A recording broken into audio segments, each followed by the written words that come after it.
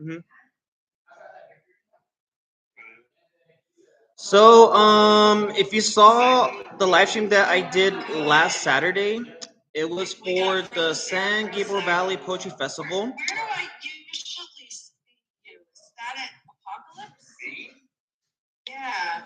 We have the Zoomers that are on the other live stream talking amongst themselves. So as I was saying, last Saturday we were at Truly Fresh J in Arcata, California. It was for a release party for the SoCal Scenes of SoCal, a poetry directory by Four Feathers Press. And today, this is the award ceremony for the same festival. This is for those that have entered in several contests. For those that are willing, that are able to come here, they'll read here, or they'll be reading on Zoom, and you can see their faces on the Facebook live stream. And to look that up, you just go look for Spectrum Publishing on Facebook. Yeah. So enjoy the view of the butterflies behind me at the reverse orangutan at Union Co-work in Glendora, California.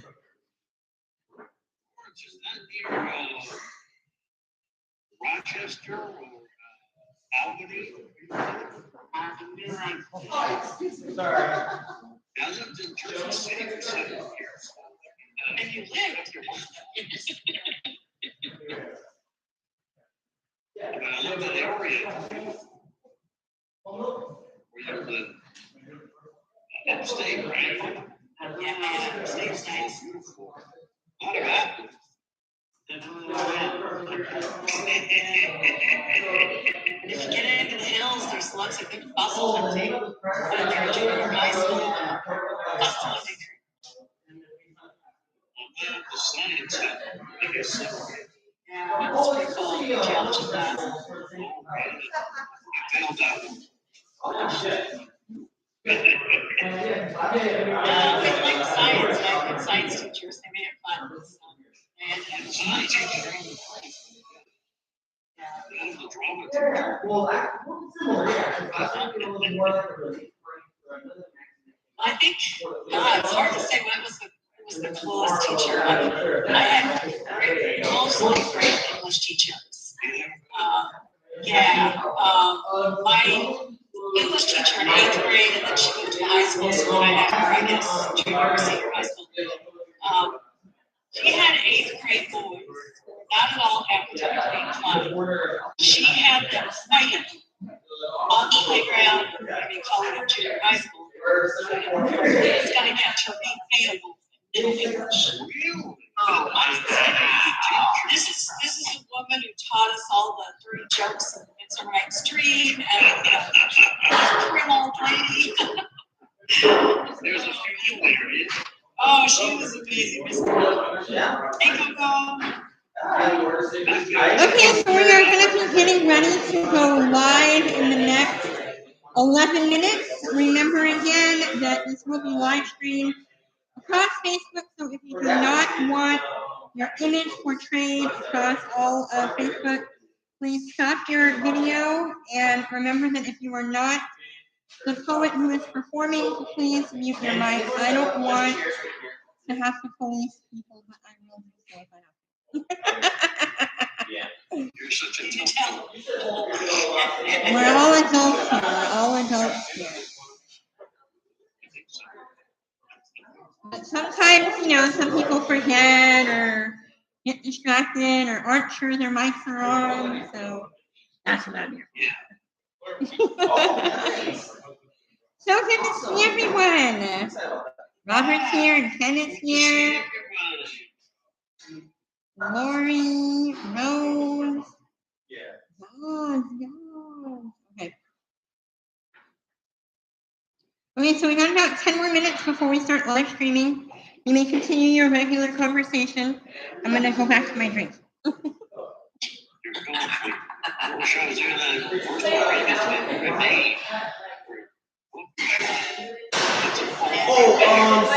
So we're using our laptop as the camera. So we'll be, for those that want to stand here, we'll be facing you guys, like right here.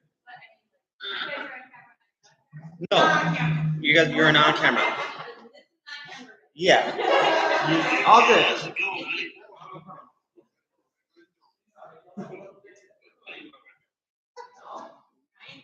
You're sitting in bit straighter up these days. I've noticed that. It's like you're getting some strength back. Yeah, stronger than I was before, yeah. Yeah, a little bit more core strength back. That's good. Good to Thank you, see. appreciate it. You turn it into an upright man. I don't know. We'll be able to hang out. Lori, you should have been down here today. And your hours drop. Thank you. I'm sorry, but I'm here at least online. Okay, it's all good. Hey, good to see you. We just drove up.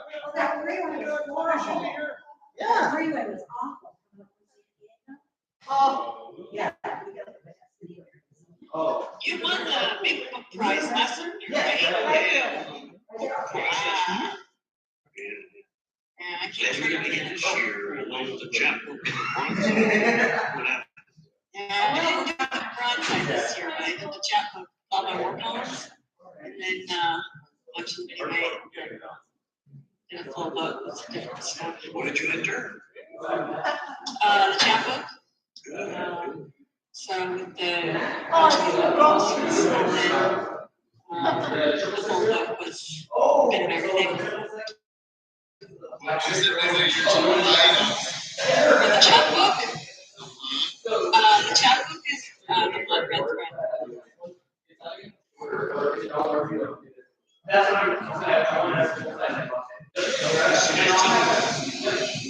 Yeah, it's I guess the longest part, the longest part of the book. It sort of encapsulates a lot of where I'm going from the poems. Good luck. Yeah. Well, I guess the judging's done by now, so. Yeah. Well, I mean, we don't know if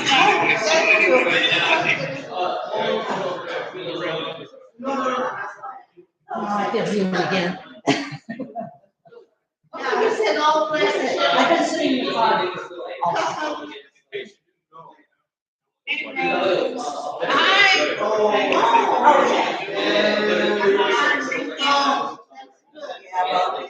I was always, I taught over 30 years in fitness in the YMCA. Yeah. And I like that I got laid off this one because they kept promoting us through the pandemic. And then between Thanksgiving and Christmas a year ago, they laid us all off. And then in February, where they start things. I wonder how many people went out Then they are out there. I just went for the drive today. The only thing I feel bad about is That's why I didn't, otherwise I would have. Well, I'm in Pasadena, it's a lot of times I can't distance driving because of my kids.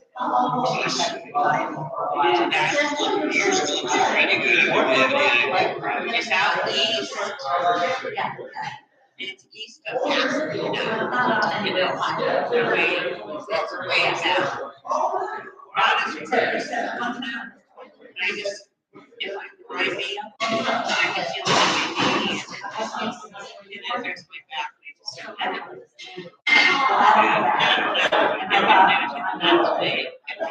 My husband will take me because he is very regimented. That is my he does his walking, when the gym shut down, then he started walking, and that's it.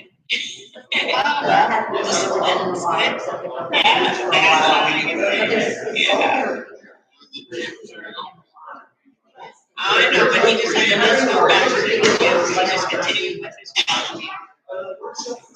That's good though. Oh, he is healthy. Very healthy. He's in his 70s. Your tea's good. And he's healthy. Yeah. Just. He roasted them. Yeah, I did. I didn't think it was Oh, yeah.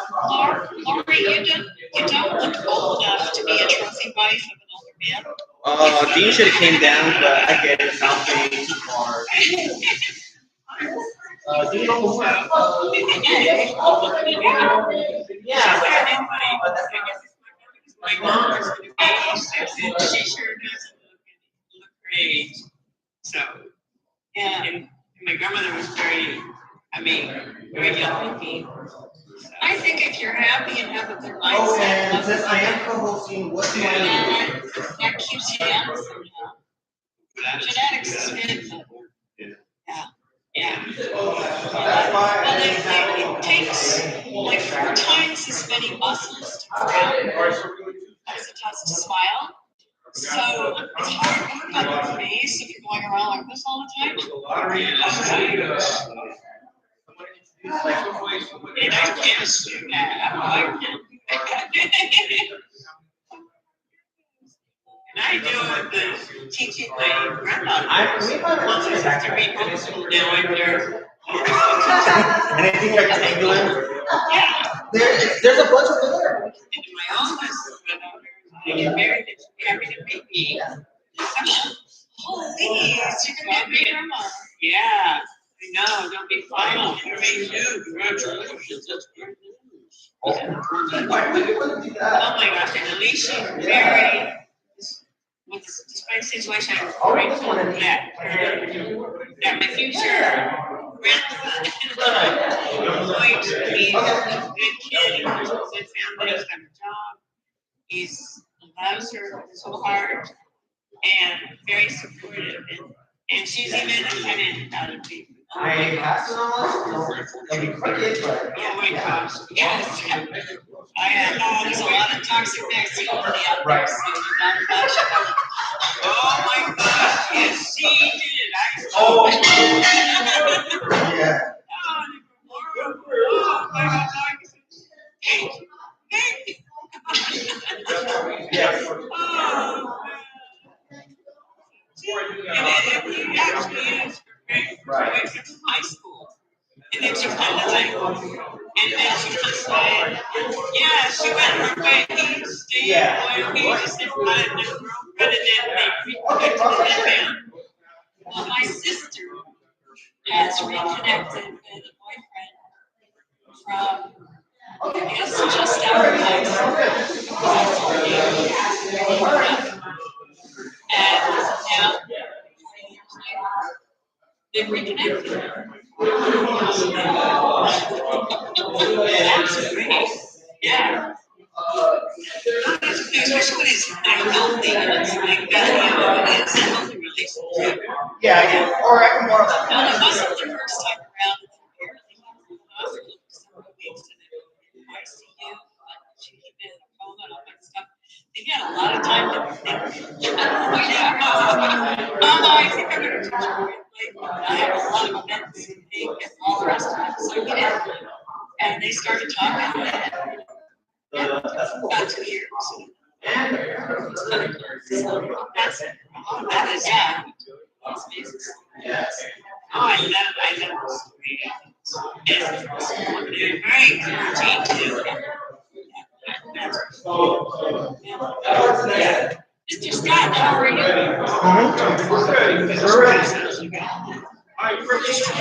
We're ready. We got one more minute, y'all. One more minute, some people.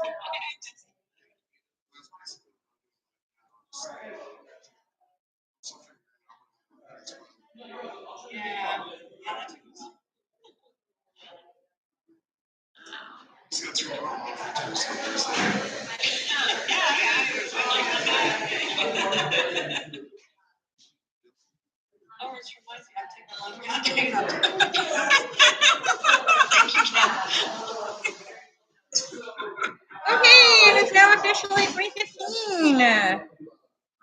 I'm going to be pressing this go live button, so once again, if you do not want your image portrayed across Facebook, now is the time to stop your videos. Please remember that if you are not the poet that is speaking, please mute your mic. And let's have an amazing event.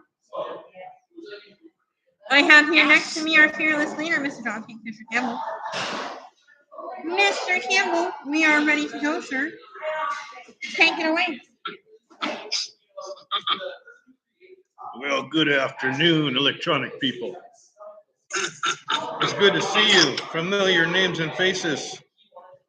All right, so on the menu for today, we're going to do the 3 contests from the Poetry Festival, and then the cherry on top, the chocolate frosting on the cake will be the Poetry Lottery.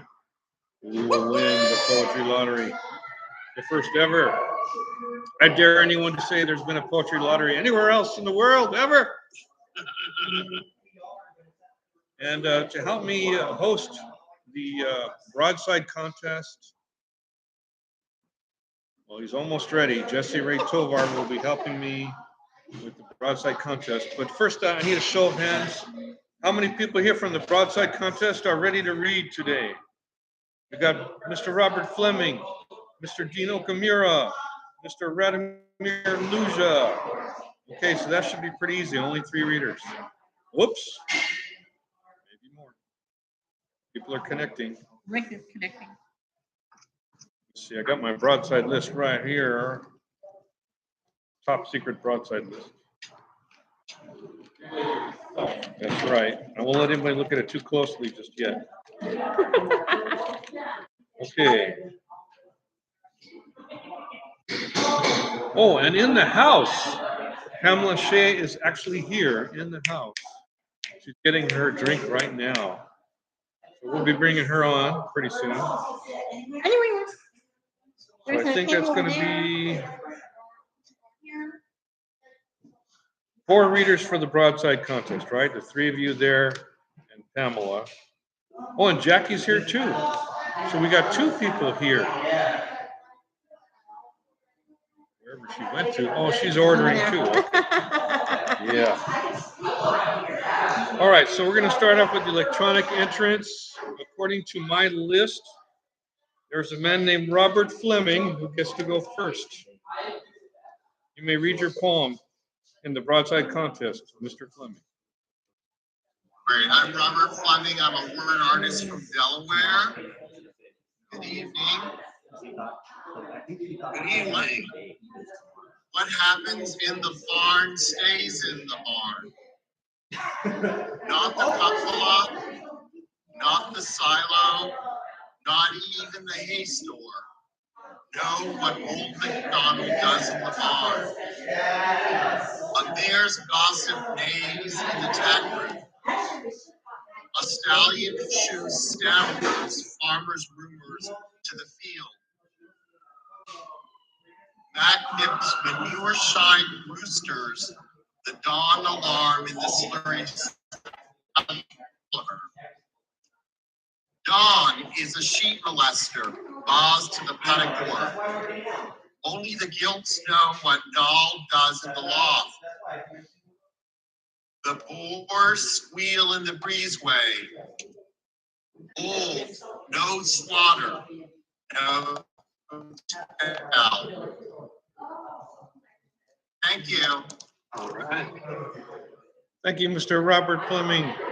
Thank you, Mr. Robert Fleming. Contestant in the broadside contest. This contest is brought to you by the Reverse Orangutan, makers of fine coffee and tea. I love this tea. You've heard of Earl Grey tea. Well, this is Hugo Grey tea, his younger brother. It's really good. Tea goodness. Yeah, okay. On to our second broadside contestant. According to the official list, I'm looking for Radimir Vashtek Luja. Hey, Radimir. Oh, too, and I can't find it. I'm sorry. Yeah, so you sent it in an email along with your book contest entry. Maybe that helps. Yeah, I know. I don't know. Or we could bring up the website. Is that possible? Coco's going to try to find the website just in case you can't find your poem. We're looking for SGP. We San have the Gabriel Valley connection. Poetry? Yeah, we do. Oh, where it is. Yeah, Just so come over here. now it's a race to see who will find the poem first. And which website? It's on the 2022 sgvpf.broadside.com. It's about Sylvia Plath. Oh, no, Say I'm that. sorry. Blogspot. Sylvia I'm Plath. sorry. Oh, broadside on the brain. Blogspot.com. Okay. Well, yeah, there we go. Okay, so this should take us right to that black and gray page. Yeah. And Radimir's in there somewhere. Contestant number what? I'm sorry about this, guys. I think it's toward the bottom. Let me check my numbers. Here. Yeah, what Everything- number is he? Supposedly, this will make people less prejudiced if they didn't know who the people were, right? Yeah, he is entrant number 2. It is now revealed that Mr. Luja is entrant number 2. That's way down there at the bottom. And I forgot to mention that Robert Fleming is entrant number 3, for those of you keeping track. So that was Robert, and here is Radomir. Let me go We're ahead going to screen share that for you right now, Radomir. Hang on a Okay, second. thank you.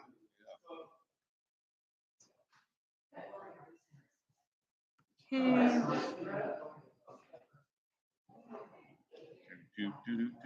Just any second. Hey, Jackie, if you need a chair, you can take any chair you want. Can you read that okay, Radomir? Yeah, thank you so much. I'm really sorry about this, guys. I apologize. No worries. Hey, that's why we have a website for this. Yeah. Okay, here we go. Falling light as a feather in February, leaving us much too soon by the gas in the room. Poet ransacking the establishment, wrecking the status quo, reminding of Sylvia Plath, all tattoos and nosebleed, no nonsense, blue bubble gum. The nectar from your bosom, drowning the lion's head and the tiger's tail. For in the end, you are invisible, like a metal mule, a white raven. The reason 4 reasons fall into the gas ghost yard of guilt and gas, bordering design's disgust with the blue beauty of your breath. The very children you swear to believe in, slaughtered at the shore. The dreams you divide and multiply, forgotten after the feast.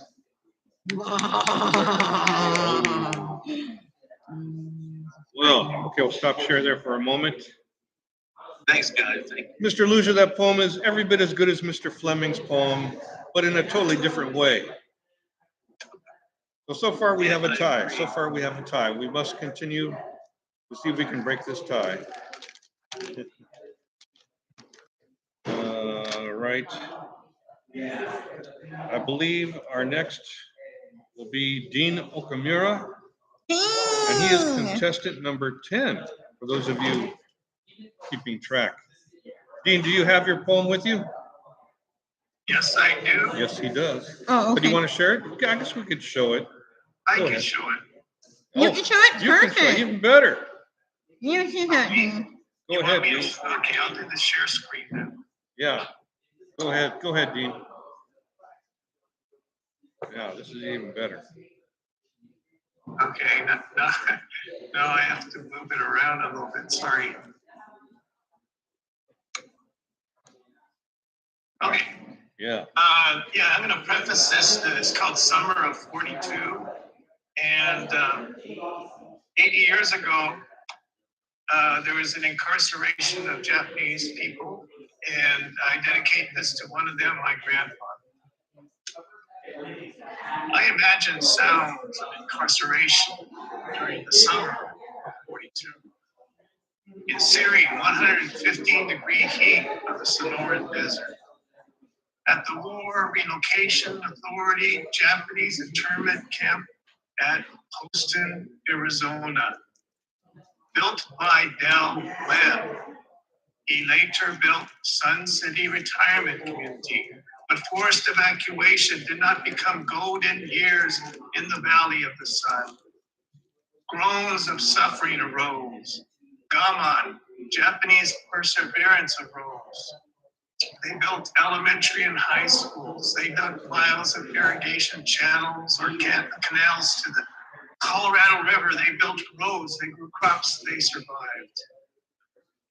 I imagine sounds of the Colorado River Indian tribes, C-R-I-T, or Crit. When the U.S. government proposed the creation of Poston on their lands, Crit disagreed, saying it would be a prison inside of a prison. I imagine sounds of those who said grabbing land and moving Japanese was part of winning the war. World War II and many wars before. I imagine a man I knew. His wife died in 38. He sent his teenage children to Japan in 39, Pearl Harbor in 41. He lost his job after this incident. He lived with bachelors at Poston in 42. I imagine his desert-dry tears and silent sobs. This summer of 42 was not a vacation to remember with nostalgia. No beach outings on the island, not a time of granted wishes, but generation with untold wants. It was not a movie with a beautiful musical score. Most did not speak about those years, even though nothing since has ever been as frightening and as confusing. If it strengthened them, made them more insecure, more important or less significant, we will never know. They never said. I imagine those sounds eroded in Sonoran desert winds. Thank you.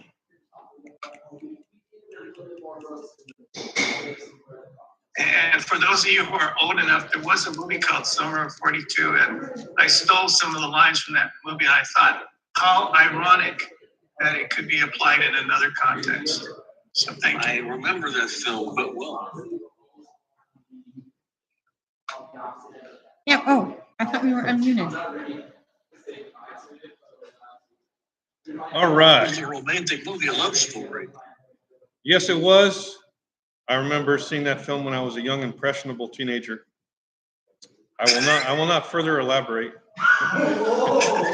But let's just say I fantasized a little bit. Okay, leave it at that. Right. Well, Dean, that is a sensational prose poem.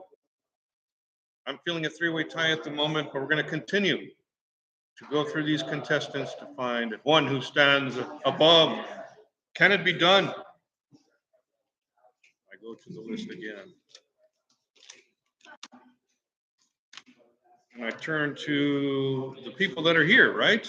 I got the three people that were in electronic land, and so now we turn to the two poets who are here at the reverse orangutan. And do I have that on mine? Yeah. No, yours is Man, this tea's good.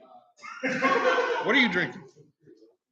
I am drinking a reverse orangutan chai tea latte, and it is espresso. And you can't even tell from outside of the cup. It's so amazing. All right. Well, I'm going to go with contestant number 7. Yes, Jackie Chow.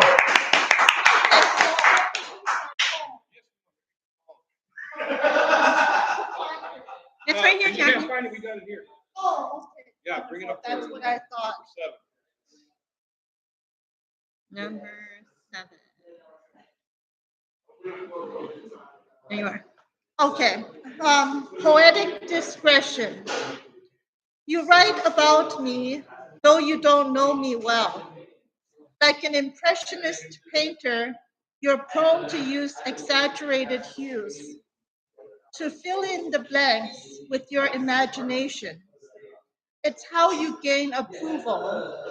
You even fictionalize my looks for dramatic effect.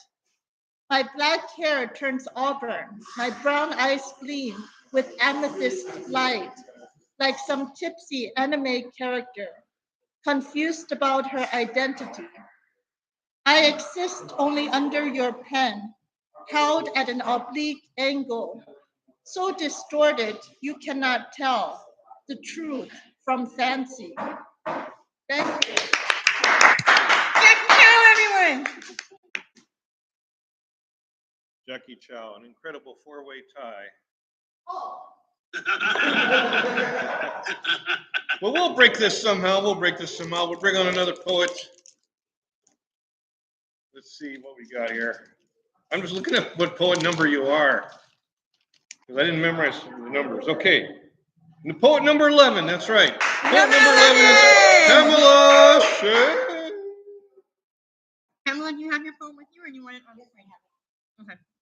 Do you want it on screen or not? No, I'll just do it from here, I think, Okay. unless where do you want me to look? No, that's fine. Either way. Okay. All right. Trail guru.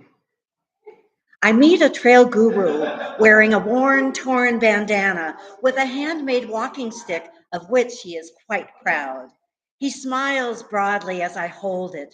No crowds pass as we chat on this foggy autumn day with dust beneath our feet. He speaks of broken glass.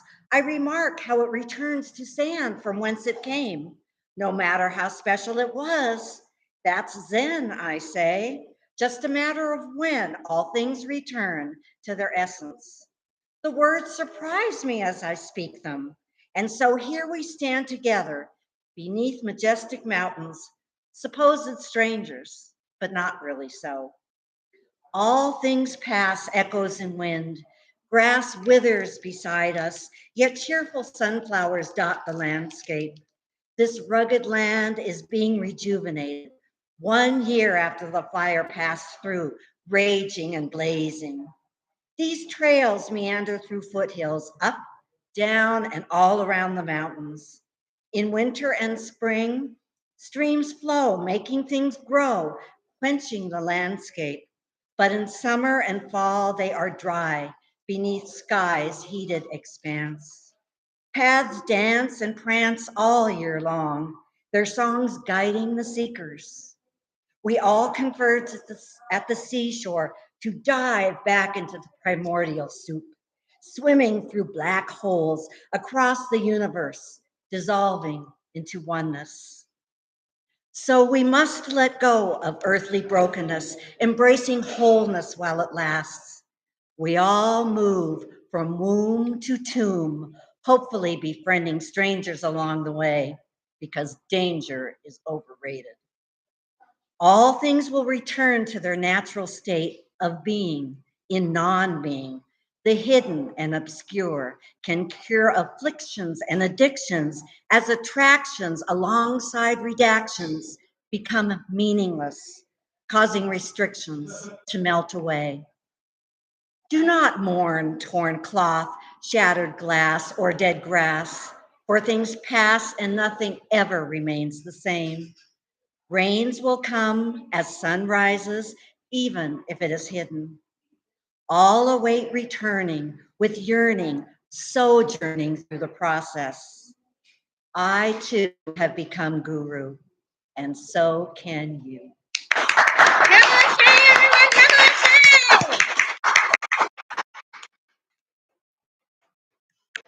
my God, it's like a 5-way tie. I'm going to need your help, people. Help choose which one of these 5 should win. Does anyone have any opinions they'd like to share about these? No one? They were all amazing, John, and it's They were all amazing. I know. How do you choose? Really hard. Can anyone offer me any insight at all? Or should I just go to the numbers? Numbers. Numbers. I didn't want to do this. You got a favorite one? Oh no, that's the other show. Other show. Okay. Other show. This is the broadside. Yeah, we don't take it out of a hat, although maybe that's a good idea. Now that I think about it. Maybe we should do it that way. Because all 5 of those were sensational. I don't know. Should we do it that way? What do you think? All right, we're going to do it that way. Give me numbers 1 through 5. And we'll let the fates decide which of these 5 win. Yeah. Do you know who read first, who read second, who read third? Yeah, I remember who went. What number? All right, so I'll mix them up in my hat here. Wow, these numbers are going to be real handy today. Robert, Radomir, and Dean, and it was Jackie and then Pamela. I remember who it is. Yeah. That's 5 names I remembered. That's something of a record for me because I'm terrible. Yes. And did you remember them in the correct order? I think I did. It was Robert, Radomir, Dean, Jackie, and Pamela. And I did that without a script too. That's Okay. why he is the kingfisher. All right, so I'm gonna rely on Coco Oh, no. to reach up into my hat and pull one of these numbers. And the number is Robert Fleming, number 1.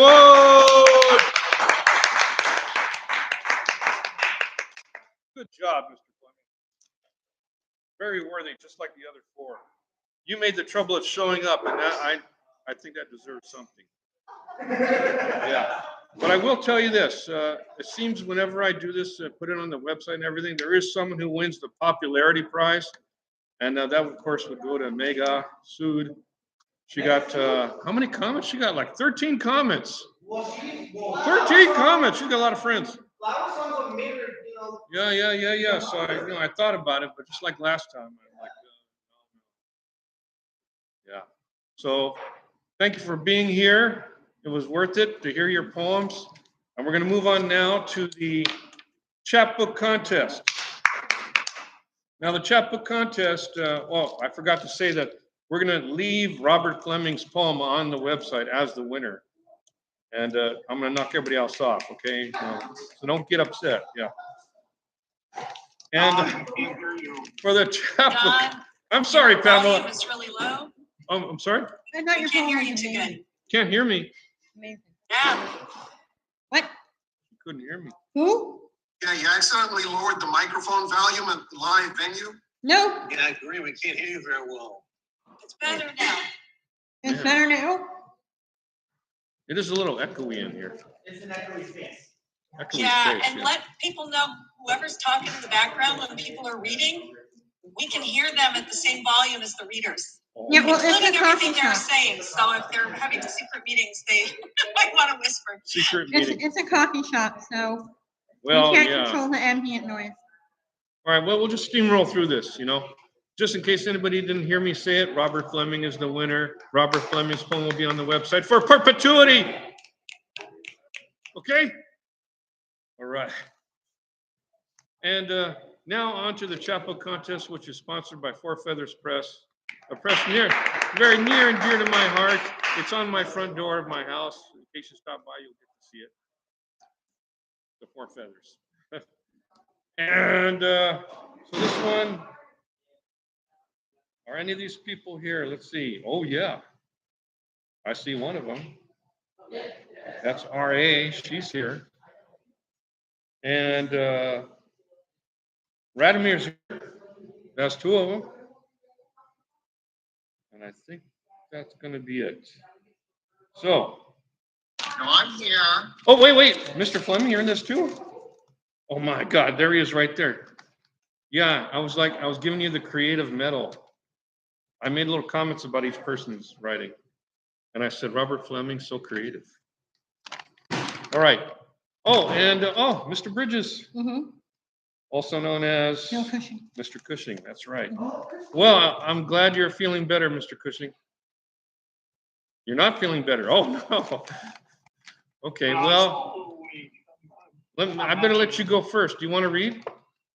No, not really my voice. Yeah, you're not up to it. Okay, you don't have to read, Mr. Cushing. I will say this, that your writing made a great impression on me, as it has before. He's a previous winner. And so, again, I get great impressions from your poetry. I mean, they really hit me deep. So I just had to mention that about Bill Cushing's poetry. He just recovered from an illness, not COVID or anything. So he's a little hoarse. Okay, that was too easy. We want to put his poem up and somebody else read it. Well, that's the problem. It's a chapbook. I can't do that. It's a chapbook, right? It's a chapbook, so I couldn't put up the whole chapbook. That would take too much time. But we'll figure it out. In the future, he'll get a chance to read. Okay. So I'm going to turn to the... I'll say this. One of the poems was just posted on Rick Lupert's page today. Oh, the Holocaust Remembrance. Okay, there you go. If they click on my name, Bill Cushing, they'll see that's one of the pieces. Oh, forgot your name on there. What? I'm going to talk to Mr. Lupert. Okay. So we do have Robert Radimir RA. And RA, yes, all R's. Okay, that makes it easy to remember. So I'm gonna go to RA because she hasn't had a chance to speak yet. Let's go to RA first. Yes. You can read 2 poems from your chapbook. Oh, can't hear you? Oh, you can read 2 poems from your chapbook. 2 poems, yep. Yeah. Okay. The first poem is called Military Target. My chapbook was a collection of my war poems. Military Target. Like poppies in snowy fields, blood on the blanket. Wrapped tight against the cold, his father clutches him close. Mother cannot outrun her heart. Medic's oath cannot undo the harm. The photo screams in silence, echoing around the world, which shrinks to the size of a lifeless hand. An 18-month-old child who will never be warm again. Blood on the blanket, like poppies in a snowy field.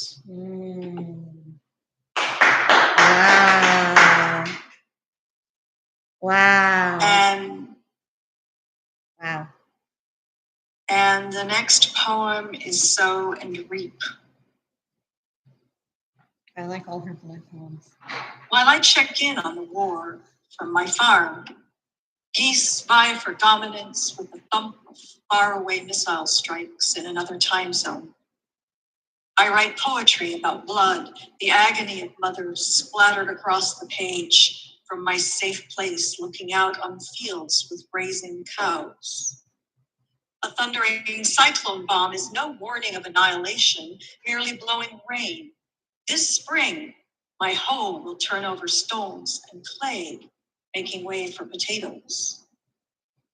Farmers in that other time zone will look at rows of tank tracks plowing a field where only bones and artillery shells break into the sky. No matter how loudly the rooster crows, he cannot drown out a mother's weeping or the silence of blood-soaked baby blankets. Wow. Wow. Wow. Yeah. I've said before, I'll say it again. All of Ari's poems that have blood in there, oh man. Devastating. Great stuff. Great stuff. Brilliant stuff, Ari. Brilliant. Thank you very much, everybody. Am I allowed to reveal where she chapter. placed, or should I wait? Yeah, you're getting it. Thank you very much. I really appreciate it. It's okay to wait. Okay. Let's listen to poetry. Okay. But I did use the word devastating. Okay. All right. So let's go to Radomir now. Ask me to unmute. And if you don't, do you have a couple of poems from the chapbook? I've got one for sure. Let's do that one. Okay, it's longer too, so. Okay. It's called Isolation Alley. Alone in room 22, a metaphysical zoo, loaded choo-choo, here in Grand Valley Healthcare Center in Van Nuys, California. Walls speaking a language of their own, closing in like Allied troops. Lines tape the window, roam out of the days in poetry and pornography, rains, storms, and honesty, anything but reality, mind with a ring like bad company, stinging like solitary confinement in Russian alignment, bed B facing the tiny bathroom where noise is made by bearded boys, lonely once more, tears galore, insanity store, health whore, warped gore, bulleted lore, all day snore on the shores of yore, tomorrow keeping razor from wrist. There is darkness on this list, frozen fist, dried mist, cobra hiss, fatal kiss under the sheets, blasted by overprotective fleets who hover, retrieving what they lost at quite a cost. They need somewhere to believe it.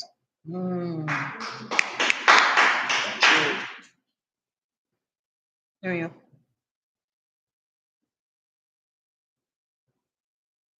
Mr. Lucia, Yes. I like to think everyone remembers you were last year's winner of the book contest. I just had to mention that. Thank you. I tried not to make that prejudice me, but I will say this. I think no one will disagree with me that the master of wordplay is Mr. Radomir Bostek Lucia. Agreed. Thank you. You're very kind. You're very sweet. You are, man. You are. I've known that from when we first met.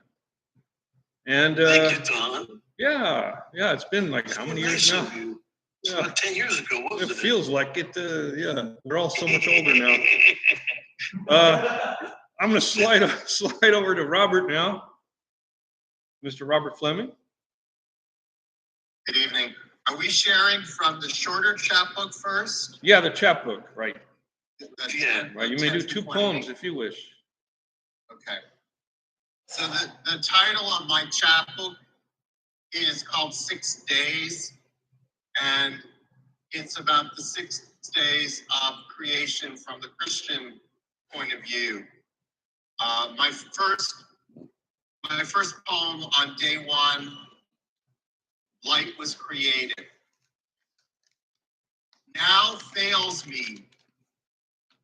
Why, oh why? Why pushed out of mother's birth canal? Lava lamps save me. Lava, not volcano spewed. Lamp spews that save iris light spectrum. Ooze green river, river of lava, ooze on. My lava lust flows on, like green garden snakes slithering for lava heat. Now, another now. Lava ooze clean my blood. Kidney green, red, blue. Filter my lava oozes on. And I will read the last poem in the book. And that is on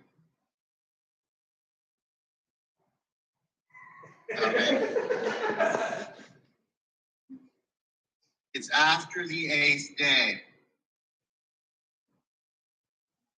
Day 8 on. Day 4,540,289. Remake in 3 days.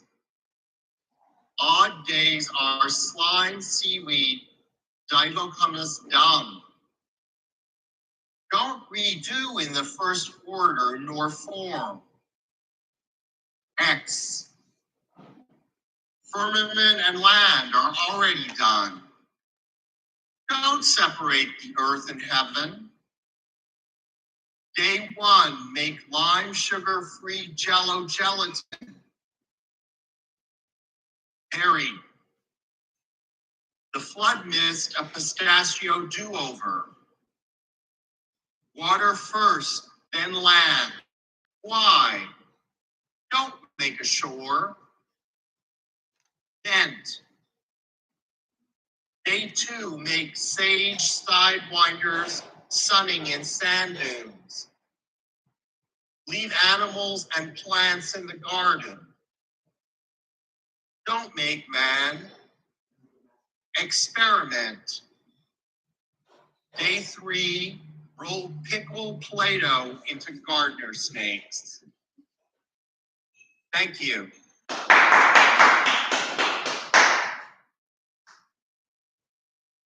Mr. Fleming, I present to you the Orangutan of Creativity.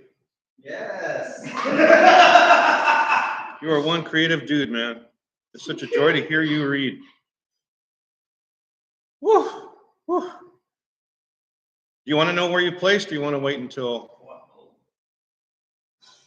Let's keep the drama going. Keep the drama Let's have going. all All the right, I like it. readers I like it because and we then do share have. it at the end.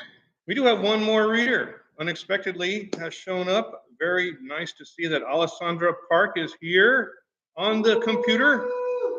Alessandra, are you with us? Unmute thyself if I can.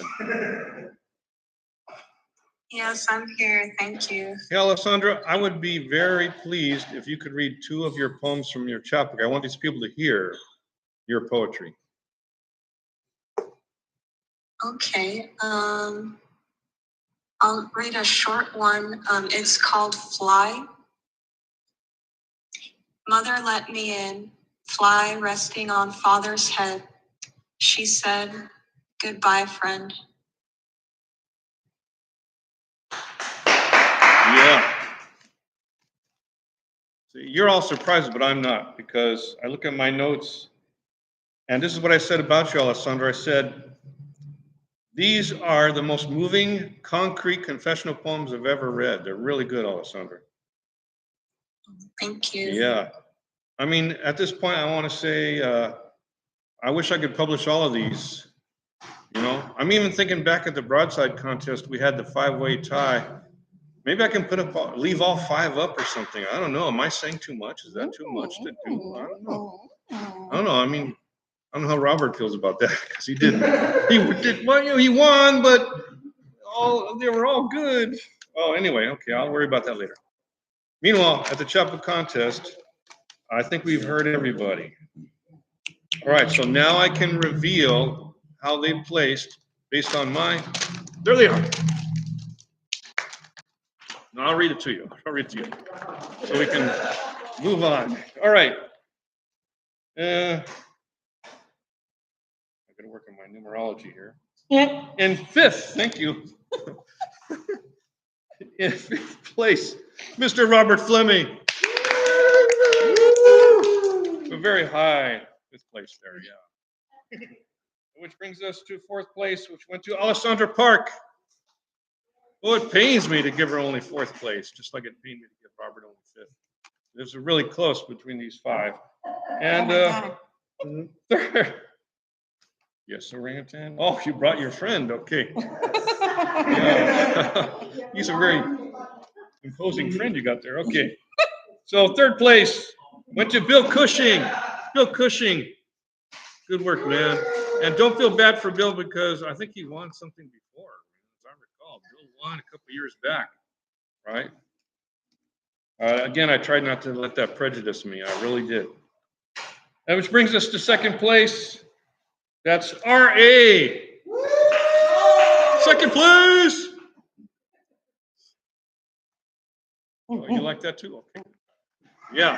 I mean, yeah, those poems are awesome. And 1st place went to somebody who's not here. I was hoping this wouldn't happen, but it did. But when you see Four Feathers Press release this book, and I want to invite all the others too who submitted books. You know, if you want to work out, we'll make your book too. I'll be happy to do that. But the winner is Mary McKeel, who I know nothing about other than her poetry, which is extremely passionate narrative poetry that I was riveted with every line. I really was. When you see her poetry, you're gonna mind blowing. All right. Okay, I think we got through that fairly unscathed. Time for the last contest, the big one, the book contest. Let's see who's represented today in the book contest. As always, there are fewer contestants in the book contest. We had 15 contestants in the broadside contest, and we had, I think, 11 in the chapbook contest, and we have only 6 in the book contest. So it's a little tougher to make a book, a little tougher. Yeah. So we know Radomir is here, last year's winner, and Robert is here, and R.A. is here. I think it's those 3. Yeah? No, Lawrence is here. That's 4. Oh, hey, Lawrence hasn't had a chance to read. I better let you go first, Lawrence. You may read up to 3 poems from your book, up to you. All right.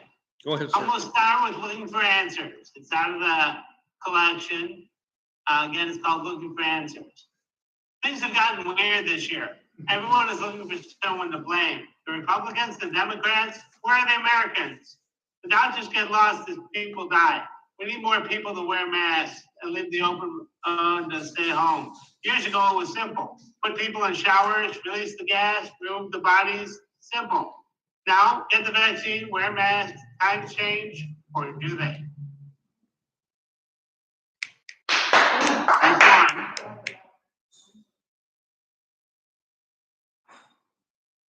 Is he stopping there? Thank you, Lawrence. That was very representative. And this is for those who knew. This second one is called For Those Who Knew Him. Oh, you got another one. Good, good. Okay, go ahead, sir. It's actually a poem about my father. It's called For Those Who Knew Him. He started as a troublemaker, wanting to be wild, living on coffee and chili paste and baked goods. He learned to trudge through the snows of winter in Western New York and learned to fly with high aircraft. He even taught others to soar. The military took him and he scared away the enemy, and was only in the Korean War for a day. I met him in 1966 on a cold October night, a birthday present for his father, a grandson to carry on the name. 15 years later, a frail old man, I lifted my arms to keep him on the bed. He's down to a lifetime low of 118 limbs from an average of 185 pounds. The mass has prevented him from eating for 2 months, but now he can barely speak. The ambulance comes to take him in. 2 hours later, I pick up my mother at the hospital. I say goodbye to him and we leave. The next morning, my mother wakes me up to tell me he's dead and my brother's on the way. My mother is my brother at the hospital. We go for breakfast, meet with the funeral director. It's hard to sum up a life in a few lines. Rest in peace, Poppy.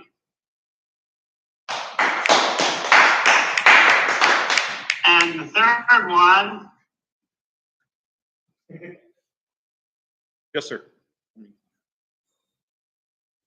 Is The World Is My Litter Box. Wow.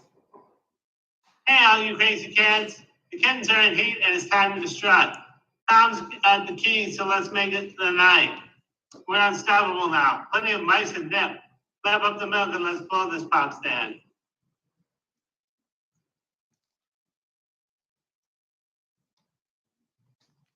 In case you haven't caught on already, Lawrence is the master of the short, terse poem. Okay? And that's nothing to sneeze at, because I remember once a reviewer called my poetry terse, and I had to look up what it meant. Yeah, so now I know. Okay. Good job, man. Good job. Okay. So that means who's next? Yeah, Lawrence. Oh, Radimir's next. Okay. Radimir, from his book. You have any poems from your book, sir? We've got a good looking book right there. It's so authentic looking. Like it came from the poet's hands. Good job, man.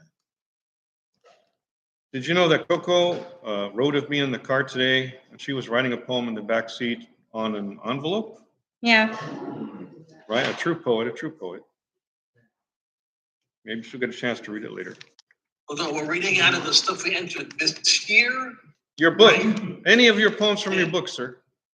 Do you have any in there? So my book is a meditation on pornography. And here's the first one. Turbulent Magenta. Knocking knees, trembling wrists, giant cysts, haunting fists, bloody gist, looking for angular mist, writing when the words don't come, threads won't run, this turquoise torment, turbulent foment, crimson cement, driving me to singular lament, these days of blocked sun, bar none, not having done, yearning for a holiday, on a weekend fray, blocking me to watch the pornography in its unlean indigo, blood flow. Who are these actors, born or made sex reactors? Yet I am to blame, watching with no shame, feeling good my only game, forgetting the heaviness of my name, framed by listless frame, famed by frozen same.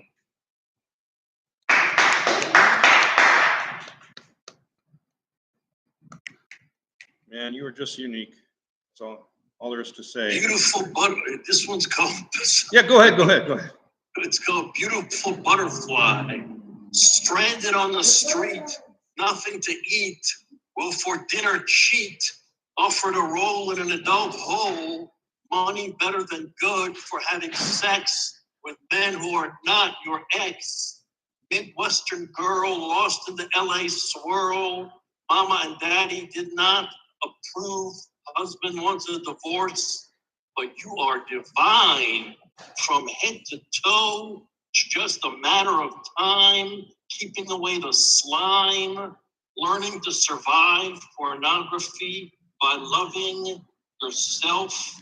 A smattering of the steam, better than a seam, an empty carcass, a symptom of the dream.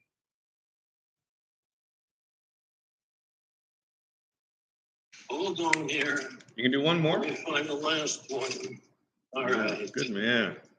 This is the opposite to the one I just read. A lighting angel, unicorns in your hair, rainbow mare, peacock glare.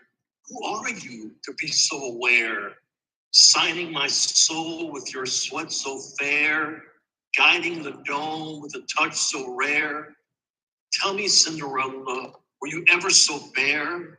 Gliding down the slide you chose not to hide, stole aware of the crowd stare, heart rising with each crimson flare. Now a bear with every unhinged care, pixie of the present, soaring like a reborn peasant, alluring angel, flying too close to the cement, making no sound as you astound today and tomorrow by taking the horn and watching no porn.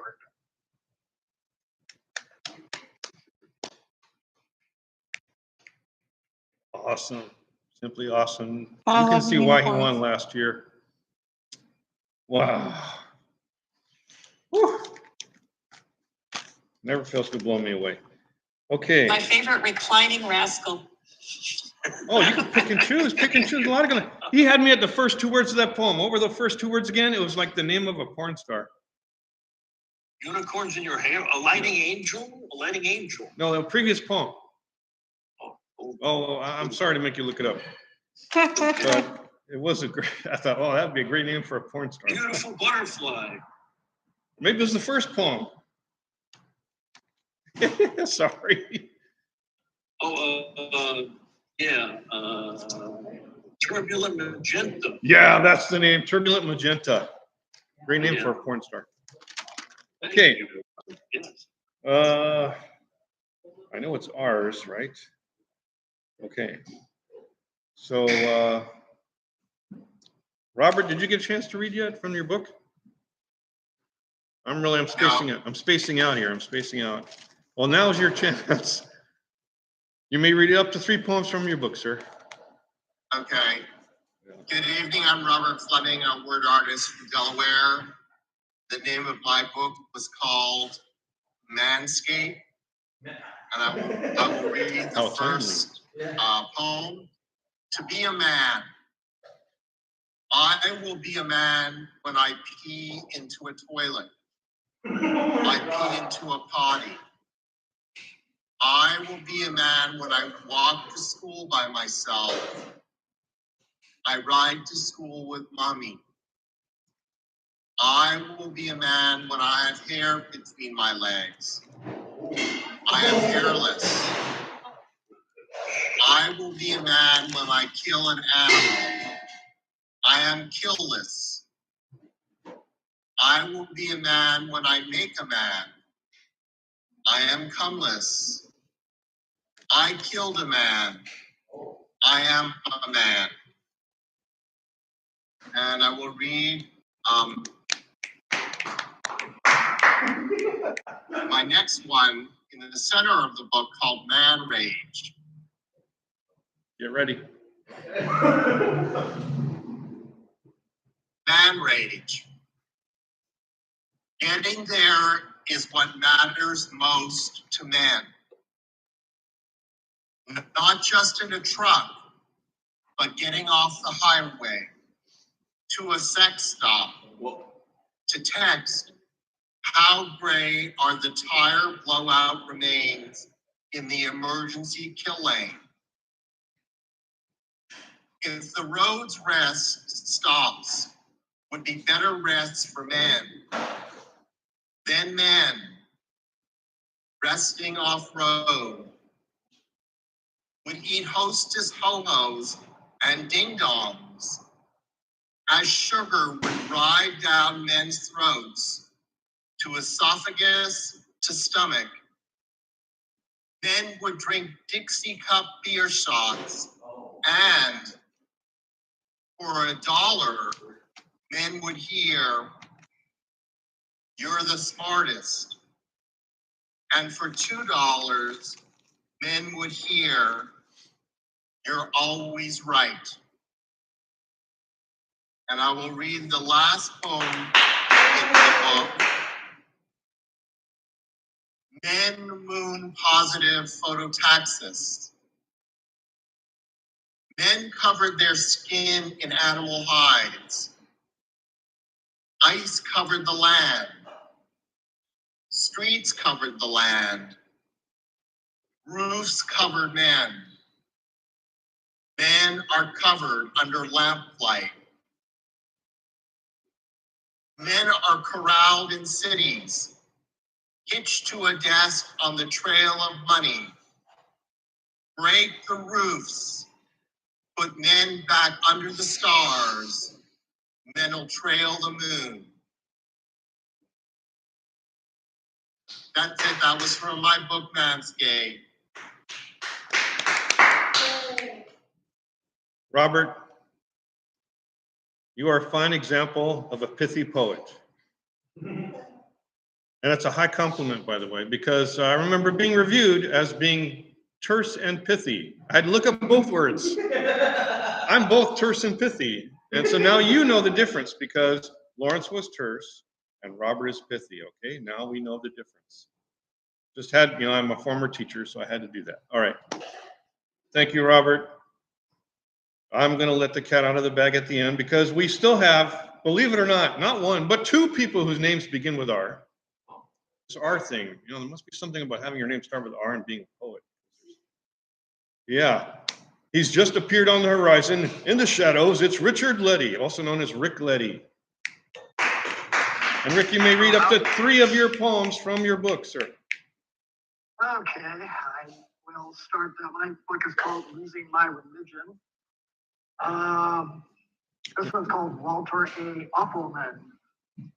The world was 6,000 years old and not a day older, said Walter A. Uppelman, principal of Good Shepherd Inglewood Lutheran School, not to be confused with Catholic school, where God punished children with corduroys, pleated plaid skirts, and ancient penguin teachers of long-flat rulers.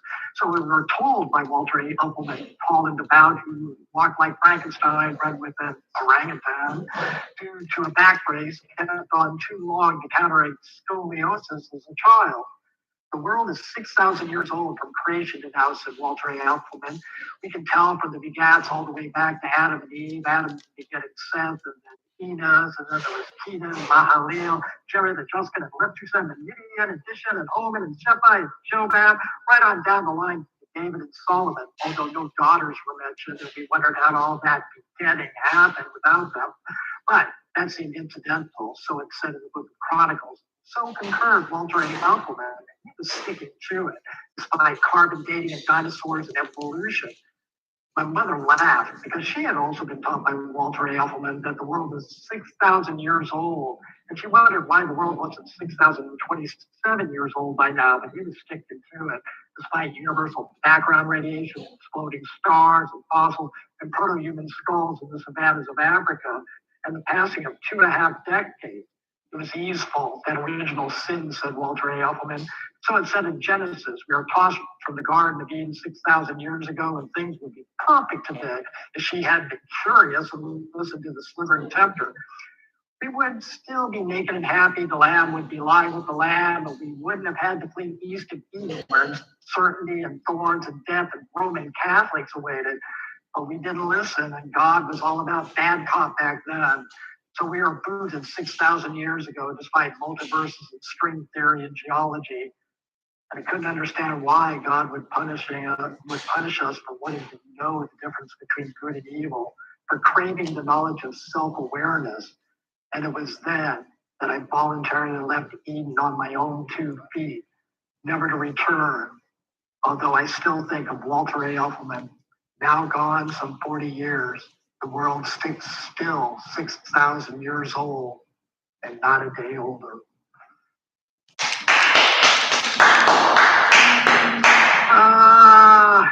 My poems have gotten a little long. I mean, I'll do a shorter one called Cleanup of Intolerance on Aisle 4.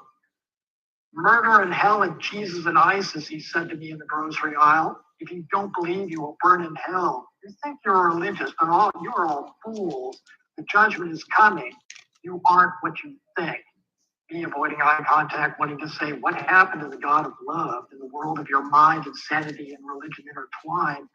Jesus, a warrior, hater of man, the archangel Gabriel wielding fiery sword, slashing unbelievers with steely eyes. The beast and destruction more than real than life. What bitter profit of intolerance filled your mind and left you battling demons in line?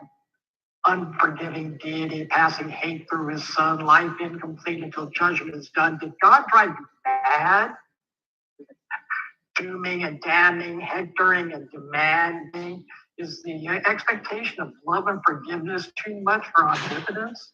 Is understanding, deodorant in hand, to mask the stink of the world? You speak of nothing but angry angels and disappointment in creation. I just walked away, deodorant in hand, small protection against the stink of his world.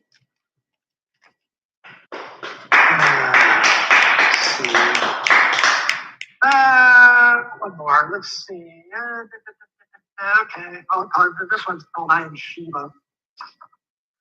I turned the potted plant on a kitchen table under the window today and wondered, have I destroyed one lease world and created a new bright world for another? Does that make me God of the chlorophyll world? The bringer of light and the destroyer of worlds, idiot deity rolling the dice, accidental creator with scant thought of consequences, changing the game with the casual flick of a wrist without thinking, the sun now favoring a new side of the planet, and wondering if those leaves are bragging that they are now God's chosen bronze because the sun rises for them now and shadows the rest in disfavor. I am the Lord, mighty and omnipotent, ignorant and insensitive, a bull in a china shop, upsetting the balance of things, disrupting the universe because I can. That's it.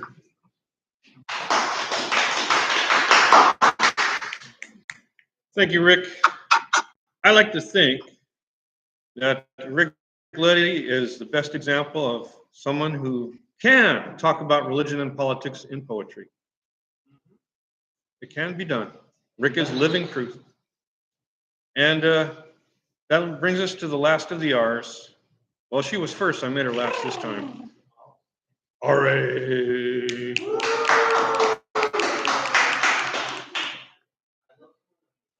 Okay.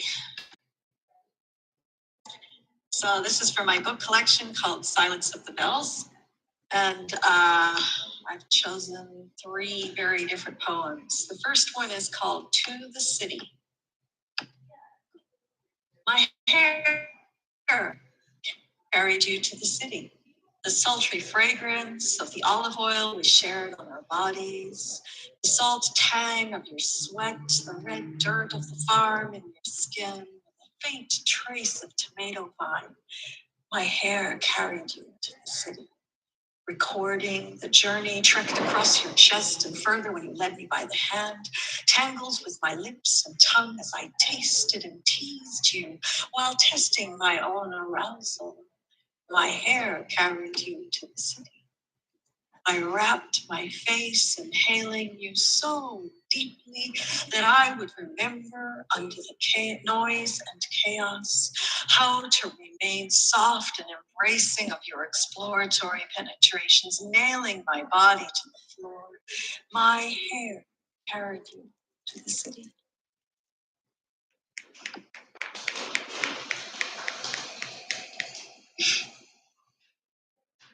This is one of my farm poems, Fog. The stillness of fog has a different quality than the silence of snow.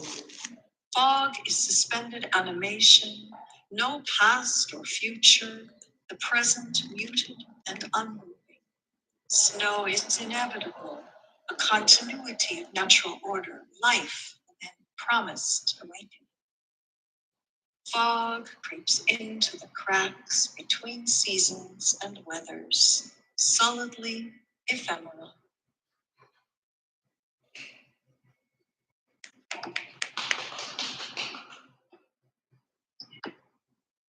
And this last one is because I'm a musician and I know the power of music to connect people.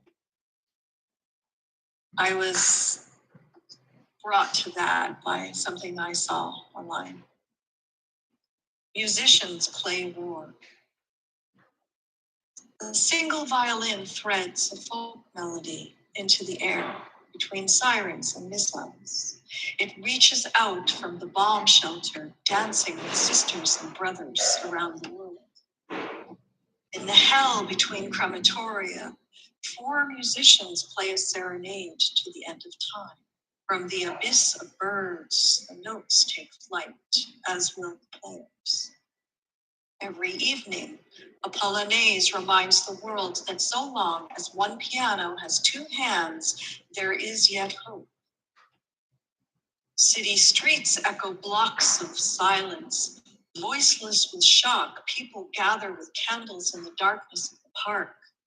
One begins to sing of grace. Voice by voice, it spreads across the world. A riverbed for tears at last. 1,425 days, amid the rubble of the siege, the city string quartet plays. The chiming of the hours, devotions rung from steeples, halted when the bells became bullets. 50 years later, an afternoon by the river, they are back to peal of peace. He listens to the songs of his village, which no longer exists, singing along while cooking. He'll teach them one day, showing his children how to find their way home.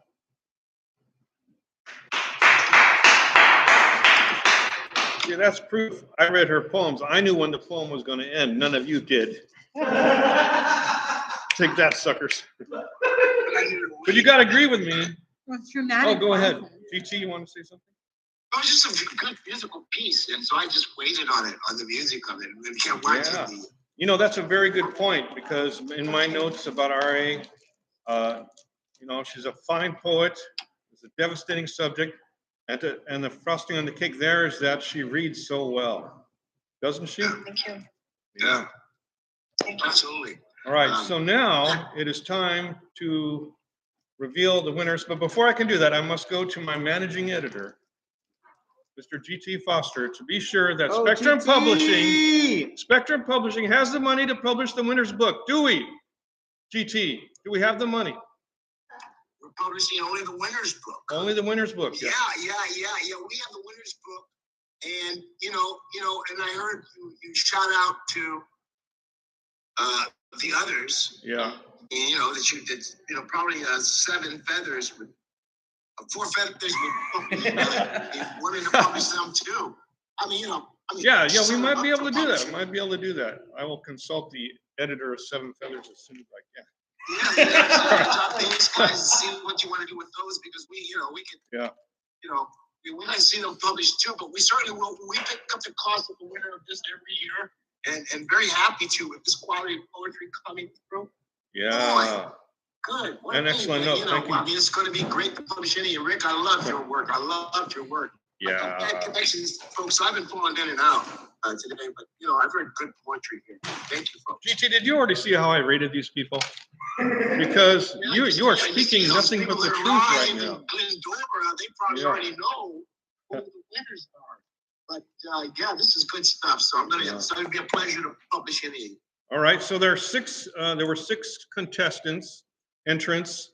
in the book contest. So I'm only going to offer the top 5. Is that cruel or what? Yeah, it's cruel, man. I can't mention number 6, okay? I don't want to hurt nobody's feelings.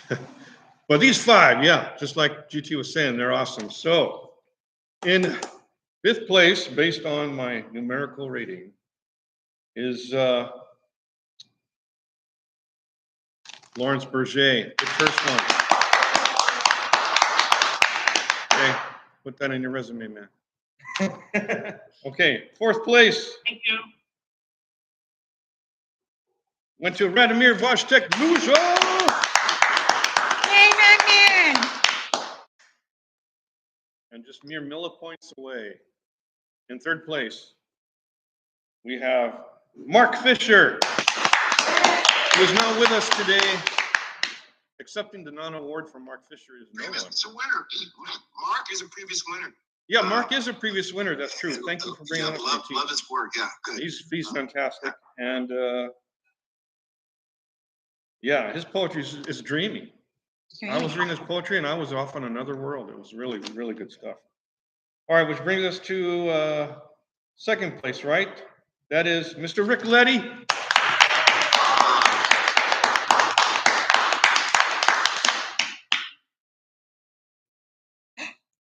Oh, there were 7 people in the contest? Oh, there were. Oh, I'm sorry. There were 7 people in the contest. So 6 and 7, man. I'm not going to say your name. So if you haven't heard your name, this is your last chance to hear it, because 1st place going to have their book published by Spectrum Publishing.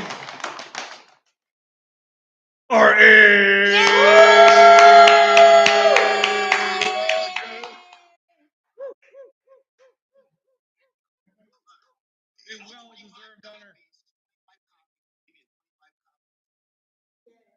Dime to you. We want to make the run longer, otherwise. But that's what we do. We're going to set it up, and you're going to get 25 copies coming your way. Coming to beautiful. Canada, Be beautiful. Wow. Oh my goodness. Congrats, R.A. Yeah. Bring on the orangutan. Congratulations. Oh wow. I even get claps from the orangutan. I've really made it now. Okay. And perfect number of refrains, and it didn't drown me. We had this argument just the other day about your use of refrain. I love your use of refrain. And that one there, your hair, I wanted her to brush it against me one more time. But yeah, I love it. Oh wow! Oh, I'm freaking out. This is great. Yeah, Thank you so much, everybody. Brilliant stuff. Really good Awesome. stuff. Oh well, the competition is fierce. I mean, I'm always so overwhelmed by the poetry that people read in our sessions, and the winners of all. It's so wonderful. I feel like I'm in exalted company. Absolutely. And hey, don't so very much. Folks, you're the winner. You're being published by Spectrum. That's all of us. That's all the members of Spectrum. That's what makes right. it happen. It's not like, hey. Oh, absolutely.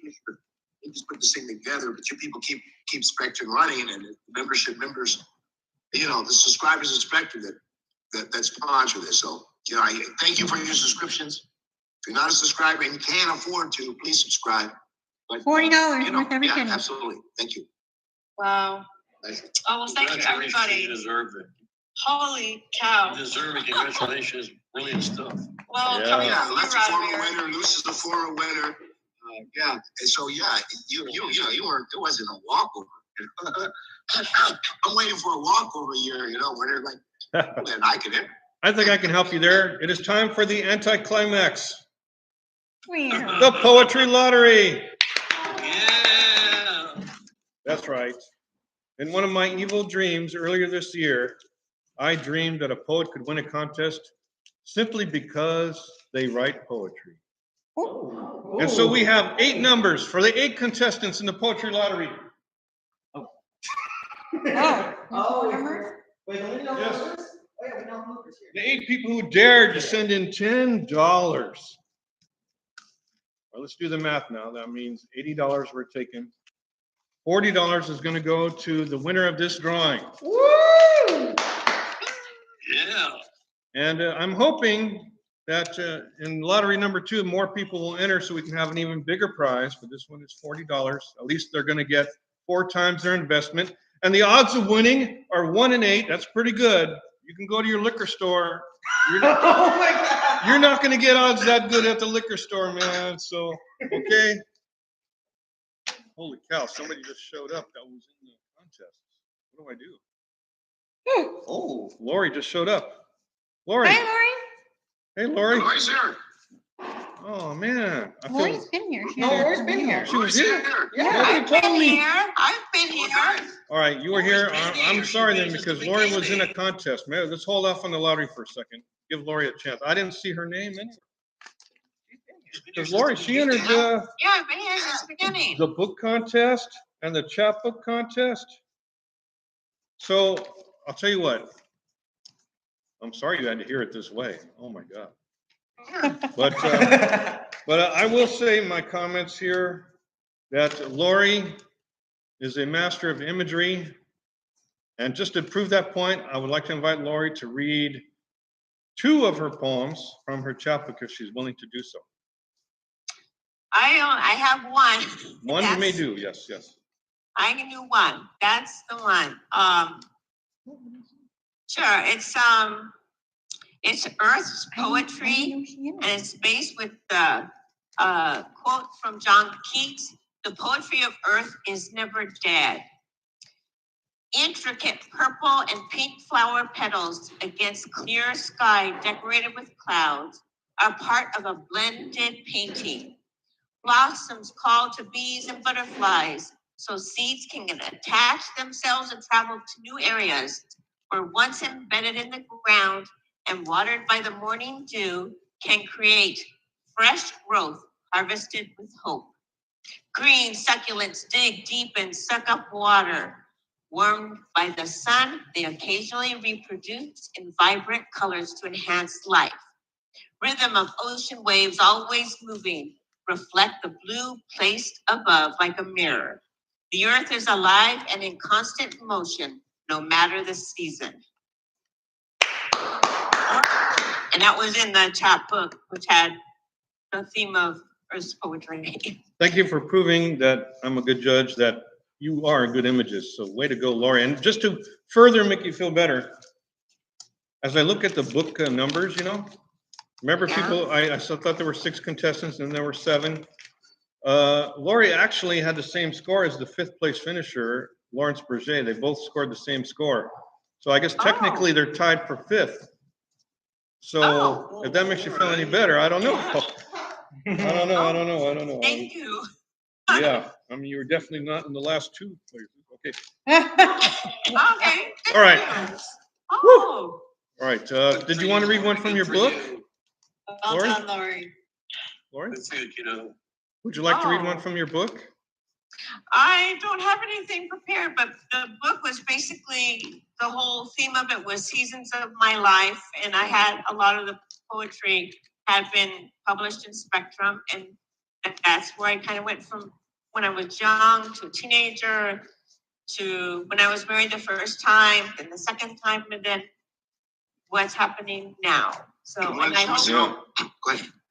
There's So the that title of was her the book, book. What's Happening Now? No. I'm only messing, but Would you like to be? I will tell you this, Lori, for a final note, then we get on to the lottery. In my notes, I made a little note about people and stuff, and for the book, I said that seeing, this large number of your poems, for me, it showed that you have a major philosophical bent in your writing, and that made it so interesting to read. So I had to indicate that. All right. So if you want philosophical poetry, get Lori's book. Eventually, it'll come out soon. I don't know how, but we'll figure it out. Oh, okay. sure, because I have more poetry. Yeah. We'll get there. We'll get there. All right. Back to that evil idea. Oh, yes. Right. Better than a liquor store. The poetry lottery. Enter poetry lottery number 2, people. Make this prize release big. Party is at My Place Cafe, May 21st, and there's a lot happening poetry-wise that day. From 1 to 2 o'clock, we have Brenda Baca and Anne-Marie Wells reading to the Henstead Square audience. I can start it. Oh, you mixed it up already? Yeah. Hey, you didn't quite hear that announcement. No. Oh, I was just saying that the release party for Poetry Lottery 2 is at My Place Cafe on Saturday, May 21st from 3 to 5. Before Spectrum does their thing, Brenda Vaca and Anne-Marie Wells will be reading at My Place Cafe. Brenda Vaca. Yeah, Brenda Vaca. She's don't miss. Yeah. All right. Was anybody curious? I mean, we have a lot. I feel like we've had a lot of poetry already. But if you want a copy of this, let me know. I can get it to you. If you're a member of the Pork Feathers Press Book Club, you're going to get this in the email at the start of the month of May. And you can always order one if you want. It's so flimsy, only 8 people, so it'll be extremely cheap.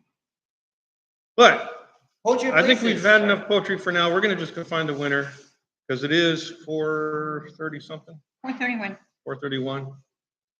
And if the winner is present, let's see. Well, I can say who's here because Dean's here. And Lori's here. Yes. So if one of them wins, they can read their poem. But if it isn't one of you two, I don't know what to do. All right. Just because you write poetry, the winner is Coco. You may choose.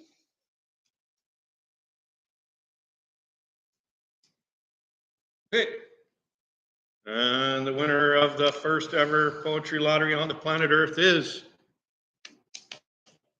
poet number 4. To jump through is Fleming. I'll read it if she's not here. Well, okay. Let's do that. Let's do that. I'll read it. Right? I'll hold this. Lisa Siegel won for no other reason than that she writes poetry. That's great. Here's her poem. This is just a crazy idea I had. Thank you. Go ahead. So Seth. this is The Ring Held for Me to Jump Through is Flaming by Lisa Siegel. I carry the trouble I understand. I'm smoking in this morning's bird song. I'm smoking in this morning's bird song, an exhausted Kama Sutra purveyor. I'm an exhausted Kama Sutra purveyor. Classification is everywhere. Classification seeks order everywhere. Inclinations aren't easy to wrangle. Inclinations are tempting not to wrangle. I was naive about connectivity. So naive about connectivity, we lacked a conversational touch. We lacked a conversational touch. He put a firecracker in my gift. He lit the firecracker in my gift. I carry the trouble I understand. And that is Lisa Siegel. That was a poetic form. Mm-hmm. Not Wow. sure what form that was. I like that, Lisa Siegel. Put a firecracker in my gift. Lucky Lisa Siegel. Just because she wrote poetry, she's a winner. Winner, winner. So you're doing the lotto as an anthology. All the lotto entries are in one. Yeah, I mean, I didn't know how many people would do this. This is just a crazy idea. But everybody who enters gets published in this anthology, which hopefully will be bigger in the future. So we can have bigger prizes, but it's just an idea. Wait, what about Poetry of Places to announce also on May 21st? The release party for Poetry of Places, Scenes of Southern California, Volume 2. Yeah, that is happening May 21st. What about? The second director. What about? Oh, he's talking about when Lottery 2, the whole thing takes place. So, okay. So the deadline to enter Lottery number 2 is May 14th. And then we're going to do the drawing. That's what you're talking about on May 21st at the My Place Cafe. Okay. Oh, not the Scenes of Southern California 2? That's also happening the same day. And it's not mentioned there, but it's mentioned on the Saturday afternoon poetry website. I think I'm officially doing too many things. Scenes of Southern California 2? Poetry of Places. Is reading then. Wow. Yeah. He knows more about it than I do. Way to start it, Jesse. All right. Thank you. Hey, in case anybody hasn't met Jesse, GRT here, I like to call him GRT. He is our venue finder, okay? Yeah. He's more than just a venue finder, as you can see. He's helping me keep my brain cells together. Hey, it's going to be with Tanya. Yeah. Jesse's a poet. That's right. I couldn't help but notice there. But while he's out, hey, he's a big help to spec. Thank you, JRT. There are a couple of people They're pointing it out to me now from the website, from my own website. Yeah. May 21st. Okay. And those last 4 posts that were published by Four Feathers Press will also be reading on May 21st. Why are we doing May 21st now? Those 4 people are Mark Fisher, Rick Letty, Mark Olmsted, and Tim Tipton, who have all been published by Four Feathers Press. This will be their chance to showcase their chapbooks from Four Feathers Press, May 21st, which seems like 100 years away, but it's only 4 weeks away. Okay. All right. Don, a quick question. The Scenes of Southern California, is that also you guys, Four Feathers Press, or is that somebody else? I wish I could say it was someone else, but no. Four Feathers Press is doing 2 things officially. One is Scenes of Southern California, going to do it monthly because the first one got such a good response. They're going to just keep doing it. Okay. People seem to like it. It's a good looking book, blah, blah, blah. And then there's the crazy idea, the Poetry Lottery, also by Four Feathers Press, just to see if people have the gumption to publish their poetry without being judged. Is that possible? I don't know. On this earth, is that possible? But that's the idea here. So what's the deadline for the Scenes of Southern Cal 2? What's the deadline? I think it was the 15th. Yeah, the cover photo from Scene 2 is Saturday Afternoon Poetry website. It's got the schedule on there. Okay. That's I missed it. Oh, it's at the top. For it, so I'm just reporting it. Oh, you got it right there. The first one in. Okay. Okay, great, thanks. So it's May 15th. So it's pretty much the same deadline as the lottery. It's like, it's like last week I was lucky. I checked just before I took off the ranch and discovered it had been moved from the ranch. The website's a good spot to check everything. GT, you know why that happened? Do you know why that happened? I heard because there's no Wi-Fi. No Wi-Fi, right. So we had a late change because of lack of Wi-Fi. Yeah. So we had gone to the ranch and everybody here, the people who rely on the Zoom would have just been cut out. So we'll have to do the ranch some other kind of way. Yeah. Hopefully in the future. It's a good place for poetry, and they've been good to us in the past. And hey, put it open for this time, but hey, it's just no Wi-Fi. Yeah. No. Portable hotspot. So I was just referencing that though, so that because things do change, and the location. If you want to come to the live event, it's posted on the website on Saturday Afternoon Poetry website. So if you want to know where it is, like today's was at the Orangutan Cafe in Glendora. That's the first time. Mm-hmm. But thank you, Reverse Orangutan, the delicious tea and coffee. So when are y'all going to come up here to the Maritimes? It's like nonstop craft beer, and what's not to like? With lobster and Nova Scotia. Lobster. Lobster poetry. Hey, it's the finest things in life. I do see a face or two in the group out here that Here comes the owner. hasn't had a chance. Well, let's thank this owner quite properly. Here's a man who made my tea. Such a great. How's everybody doing? Very good. Thank you for hosting us. Of course. And I'm sorry as general manager, I haven't been there, and I'll make it a point the next time I'm on the highway to drop off and see you. I would love that. Thank you very much. Anytime, it's my pleasure. I got to hear some of the poems going on today. They were really beautiful pieces of work. Great. What's your name, sir? Jamil, Jamil. Thank you. Anytime. This is being live streamed also. Nice. So. I hope all of you guys had a wonderful time today. Like Jamil Walk? It's from the Lakers. Say it again. It's Jamal. It's Jamil. Oh, Jamal from the Lakers. Yeah. No. That is not me. In case you haven't read it on the website, the Reverse Orangutan is on 440 East Route 66 in Glendora. 440, easy to remember. Just think of that car that had 8 cylinders. The 440 on Route 66. It's very common. All right. And just to finish us off, Coco is gonna let a couple people open read. I haven't had a chance to read them. So I'm gonna turn it over to Coco. Okay, everyone, so here we're going to open up for our open readers. Those who did not have a chance to read today that I do see in our audience, Mr. Ken Scott, Miss Rose Liu, and Miss Ellen Maybe, Mr. T.T. Foster are all in the house. I would love to hear some of your amazing poetry. Who wants to go first? Don't make me pick on you. All right, Rose. Ken. Rose Liu can do it. Or Ken? Yeah, Ken, go ahead. Okay. This is a short one. It's called Everything Breathes.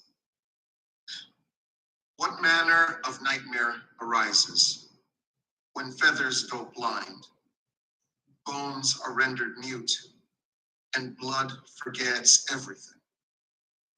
Can mountains feed stars to restore ancient memories? Shall the waters become a river to the heavens? Everything breathes. In the silence, you can hear it. And in the breath that is one, the nightmare is revealed to have been an illusion all along. That's that one. That's really good. Thank you, Ken. Yeah, he does. All right, coming up next to the mic is going to be Miss Rose Liu. Miss Rose Liu. All right. Let me do a screen share. Okay. All right, many flowers quietly evolve under spring's wing. Then suddenly, these flowers burst everywhere in the fields. When present May approaches, fully groomed like billowing skirts, flowers rival to express their passions. Seductively, they dance with breeze before summer sun turns searing hot. Returning birds sing gaily in celebration with May flowers. Bees and butterflies, lured by their colorful sights, forage in blossoms, diligently lap up all the nectar can. Nature, however, is indifferent. Beauty of Mayflower is ephemeral, just like our vibrant youth, gone before we would let go. When brazen sun scorches and harsh wind blows, helpless petals are ripped away, then settle to earth and leave their legacy for new life.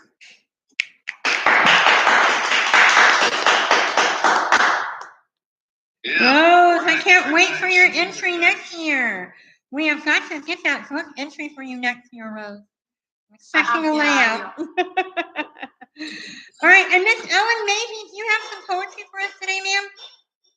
Okay, thank you. Thank you. It's great to hear everybody. I didn't even know this would happen like this. Congratulations to everybody too. It's really, really nice. So, this piece, well, you go. Esther Williams is swimming in my sink, cascading off the faucet. MGM is doing musicals from days gone by.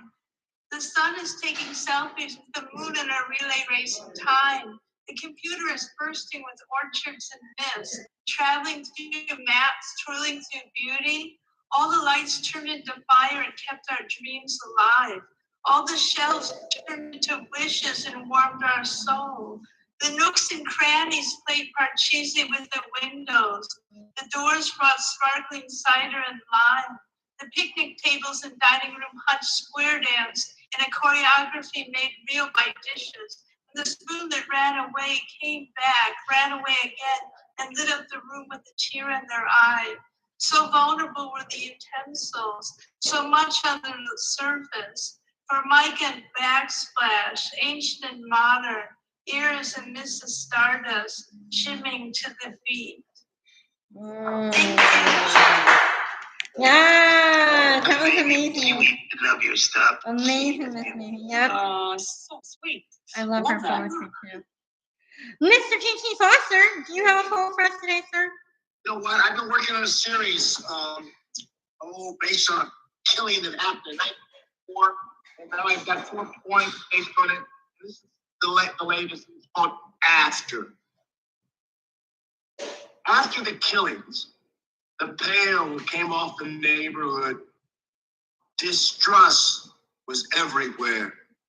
Home values fell, lax laws and ordinances enforced. Once precious plots lost by eminent domain. After the killings, population density shrank. Long settled families packed and began to move away. Tongues were immediately tied in fear. For years, no one would say.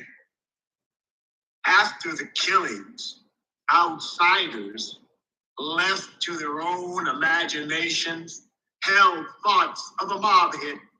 Windows darkened, Cadillac, silk stockings, patent leather shoes, nylon stocking faces, gloved gun hand, shotguns, and silencers.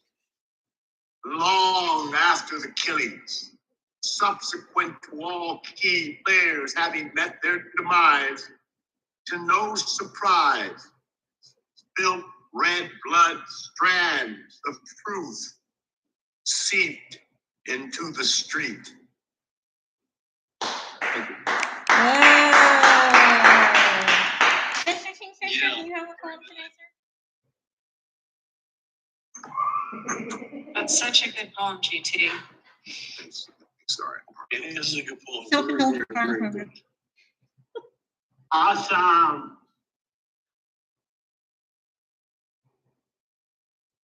Oh, Lawrence, you were trying to talk to me, but you muted. What'd you say, Lawrence? Awesome poem. Oh, thanks, Lawrence.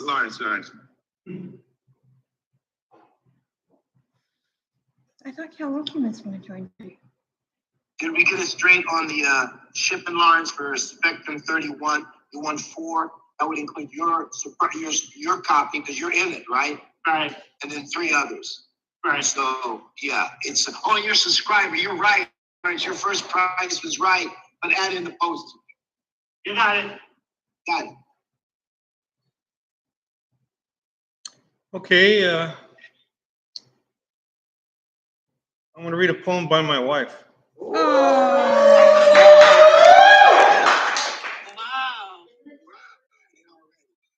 She wrote this on April 16th, 2020,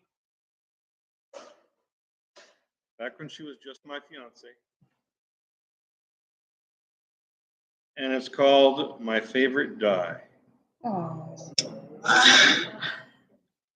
Oh, I like the blue sky, the vastness of the universe. Let me daydream. I look at the clouds in the sky. I want to ride them. The cloud that looks like a white horse. Oh, I dream of walking in the clouds, Wonderland. I imagine a palace ahead. It's shining gold. It's like a fairy tale I've heard. I'll meet other people there. I'm with them. Heaven makes the sea a mirror of itself. I stood on the seashore of my hometown. I want the virus to blow away. Along with it brings me this hazy mood. I like blue. The blue of the sky, the blue of the sea. One day, when I was a child, my father asked me, when he was going to Beijing on business, "What do you want for your birthday?" I said without hesitation, "A sky blue headband." Oh, I got 2 sky blue hairbands. I'll never forget what it looked like. It's really J-Dye. That's D-Y-E. That was by Iowa Gal. Wow. I'll be picking up after this reading. She's shopping at Ross. This is kind of dangerous. Okay, Coco's going to take us out, right? Yes. Okay. So, John, I know maybe some of you are still wondering, what is it that I wrote in the car? So here it is. I don't have a title for it yet. I was inspired by a public storage truck, and here we go. I paint my trellis a bombardier brown color, opaque opticals of trespasses and greed. The Shenandoah Hills mark the wake of my fallen kin. By the flicker of my lantern light, I travel to my freedom. I pray I have enough steam in me to get through the tunnels of this underground railroad, where my shackles can only be seen by those who govern this land. Good one. Yay! All right, that's it for everybody. We will see you tomorrow. Tomorrow, Sunday afternoon poetry. The Poetry Slam! Slam! Yes! My Place Cafe. 2 p.m. All right, everybody, have a pleasant Saturday. We'll see you then. Bye, everyone.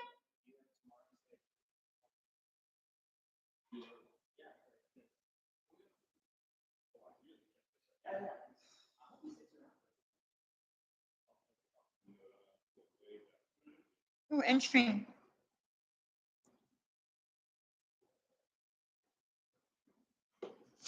Okay.